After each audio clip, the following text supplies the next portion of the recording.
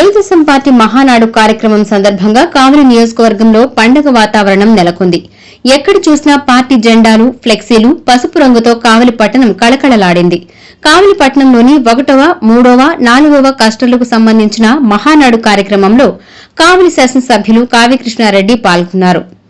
ఈ సందర్భంగా పార్టీ వ్యవస్థాపకులు, మాజీ ముఖ్యమంత్రి నందమూరి తారక రామారావు చిత్రపటానికి ఎమ్మెల్యే పూలమాల వేసి ఘన నివాళులు అర్పించారు.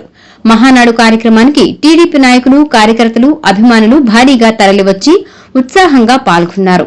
పార్టీ బలోపేతానికి ప్రతి కార్యకర్త కృషి చేయాలని ఎమ్మెల్యే పిలుపునిచ్చారు.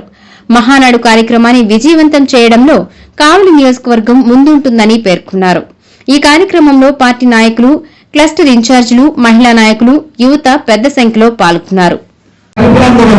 చౌదరిపాలెం ఒకే ప్రాంతంలో కలుపుకుండా దాని ముక్కలుగా చేసి ఆ ప్రాంతం అంతా కూడా సాలిడ్గా తెలుగుదేశానికి అంతగా ఉంది. కాబట్టి ఆ వార్డు తెలుగుదేశం గెలుస్తుందని ఒక దుర్మార్గమైనటువంటి పరిస్థితుల్లో దాన్ని 5 పక్కల ఒక్కొక్క 200 ఓట్లుంటే ఒక్కొక్క ప్రాంతానికి 150 ఓట్లు వేసి వాళ్ళు నిర్వీర్యం చేసినందువల్ల వాళ్ళ మనస్తాపాలు గురైనందువల్ల వాళ్ళు కోర్టు కేసి స్టేట్ ఎత్తినందువల్ల ఎలక్షన్ జరుగుతుంటే ఈరోజు ఆ కోర్టులో స్టే కూడా రద్దయిపోయింది.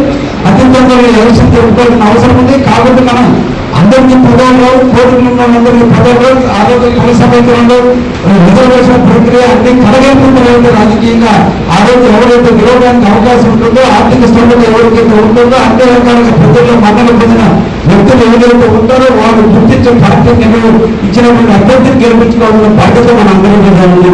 అది నెరవేరడం కోసం నేటి నుంచి ఈ మహానాడు పూర్తయి నుంచి ఎవరి వార్డుల్లో వాళ్ళు ప్రజలకు సేవ చేయాలని, కాలేజీలు కానీ ఫంక్షన్లు కానీ రానటువంటి వాళ్ళు గుర్తించడం, ఆ గుర్తించి వాళ్ళ విషయాన్ని పీసీఆర్ఎస్ కూడా ప్రభుత్వాన్ని తెలియజేయడం, సచివాలయంలో దగ్గరుండి వాళ్ళందరికీ పనిచేసి పెట్టడం, లేదంటే నా దృష్టికి తీసుకురావడం, అందరి నుంచి సమష్టి కృషిగా మనం పనిచేస్తే కావలి చరిత్ర తిరిగి వస్తూ 40 వార్డు మనం తెలుగుదేశం నిర్మించుకుంటే 1 నెల 2 నెలలు 5 సంవత్సరాలు. కాబట్టి మనం ఎక్కడ కూడా ఆవేశాలు లేకపోకుండా ప్రతి ఒక్కరూ నాదే పక్కన నేనే అధ్యక్షుడి, వాటికి నేనే అధ్యక్షుడి, మీకు నేను ఎప్పుడైతే నేను పక్కన లేదనుకుంటున్నాను. ఇది గ్రహించి మన ముఖ్యమంత్రి గారు, మన వేరే గారికి పార్టీ కూడా వాళ్ళు ఏదైనా నాది నా పక్కన అంటే అందరి మంది ఆధారపడుతున్నా, అందరి కోసం అని అంటున్నారు.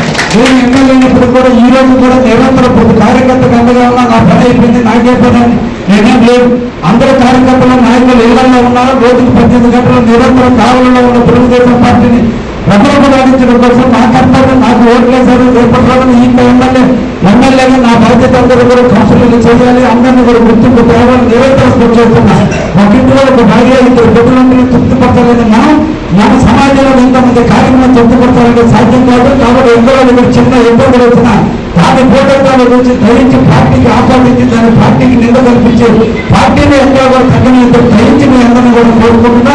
కాబట్టి 10 నుంచి 15,000 మంది కార్యకర్తలు తెలుగుదేశంలో కావలి నియోజకవర్గంలో ఉంటే అందరినీ తృప్తిపరచడం ఏ ఒక్కరు వాళ్ళు ఏది కాదు. ఒకరికి ముందు పని అవుతుంది, ఒకరికి వెనక పని అవుతుంది. ఒక్కొక్కరికి ఒక్కొక్క సందర్భంలో వాళ్ళు అడిగిన పని, నెరవేరిన పని అడిగినప్పుడు కాని పరిస్థితి కూడా ఉంటుంది. కానప్పుడు విమర్శించడం, పొందినప్పుడు ఆనందించడం కాదు.